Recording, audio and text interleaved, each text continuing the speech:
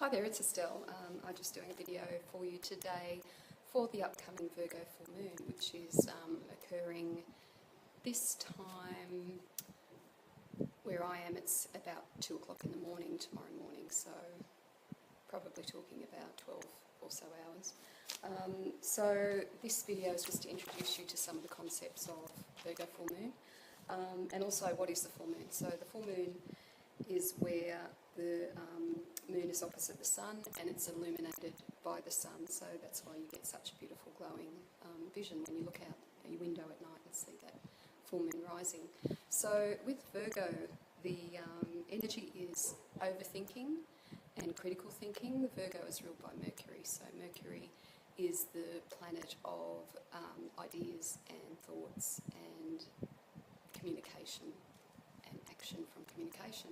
So what we are doing with the Virgo full moon, we're looking at basically the sun energy, which I've said to you before is the ego. It is the identity, action, masculine principle. It's the solar mind and also the mind, the energy of ideas.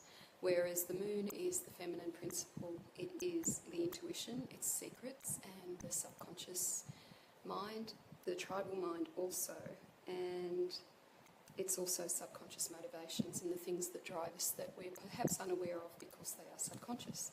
So when the sun and the moon get together in the sky in this formation, which is the full moon, then often unconscious motivations are uncovered and we have access to illuminate what our motivations are for the way that we behave and the things that we manifest in our lives. So it's a good time to look at what we want to create and what we want to bring to light.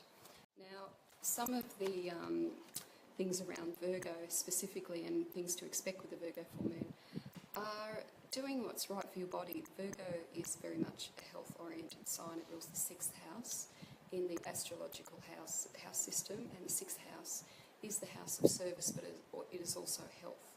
And Virgo rules the intestines. So with the intestines, this is where we take in nourishment from the world around us. And if there's a problem with our uptaking nourishment, then this can create other problems in our body systems. So the first defence of the body is what we take into our body, and a state of health can begin with what we ingest. So it's a good time to look at the principles of healing, self-healing, and also what Virgo does, it creates order from chaos. So when we have a chaotic world, what Virgo, and if you know Virgos, you'll know that this is true because they actually like to create a sense of order. They like systems, they like things in place, and a place for everything, and everything in its place can often be said about Virgo.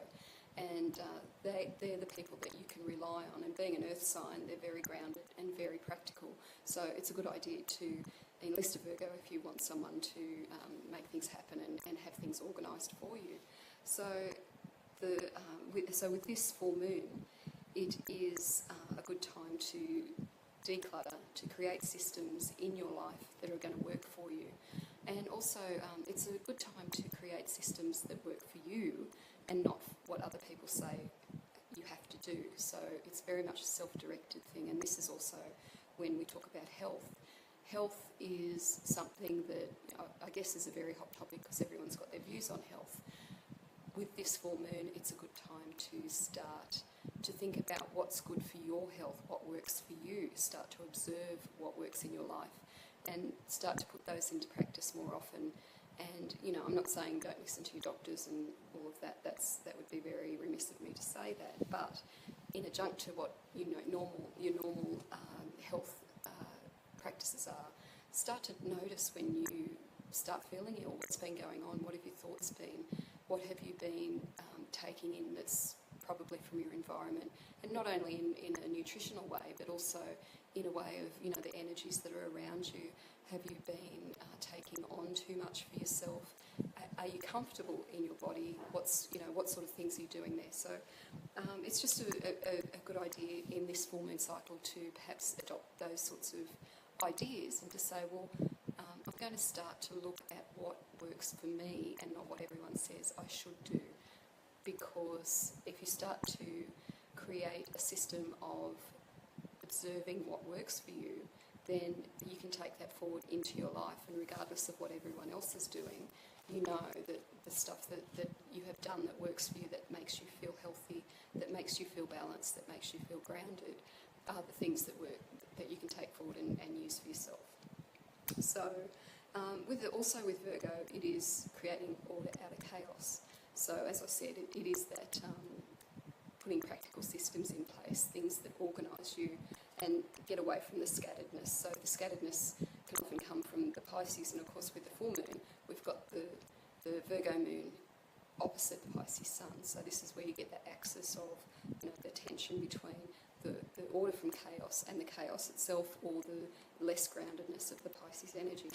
So the other thing about Virgo is the symbol for Virgo is the Virgin, and you know, with the word Virgin, it's a bit of a loaded word, but what it means in this context, in the context of astrology and the symbolism of astrology, it is a virgin as in untouched or unaffected, and it's got nothing to do really with the sex life. It's just to do with the feminine energy that is self-contained and owns itself. It doesn't obey anyone else. It is a grounded energy within itself, and you know, the feminine energy is that fecundity. It is that way of promise and the energy of actually having the material manifestation of life. So